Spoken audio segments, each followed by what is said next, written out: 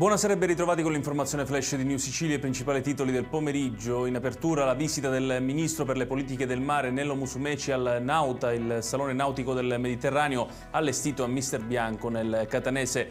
Il settore marittimo, ha detto Musumeci, è destinato a diventare un traino della nostra economia, serve investire per creare nuovi porti turistici.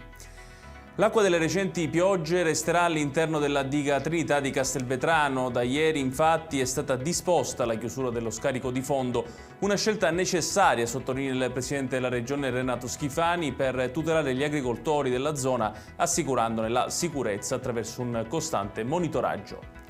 Tornerà prossimamente su Mediaset la serie TV Vanina, un vicequestore a Catania, ispirata ai libri scritti da Cristina Cassar-Scalia, e lo farà con 4 puntate da 100 minuti l'una. Questo quanto emerso dall'incontro tenutosi a Palazzo degli Elefanti tra il sindaco di Catania Enrico Trantino e una delegazione della società di produzione. Adesso il calcio, torna a vincere il Catania di Mimmo Toscano, che ha battuto nel pomeriggio il Latina in trasferta per 4-1. I rossoazzurri portano a casa 3 punti fondamentali per rimanere in zona playoff.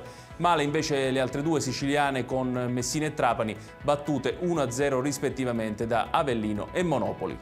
Chiudiamo con il meteo. Dopo giorni di maltempo arriva un miglioramento delle condizioni atmosferiche. Un lieve aumento della pressione atmosferica nella giornata di domani infatti garantirà tempo stabile su gran parte dell'isola. In mattinata cieli nuvolosi, ma a partire dal pomeriggio si assisterà a schiarite significative.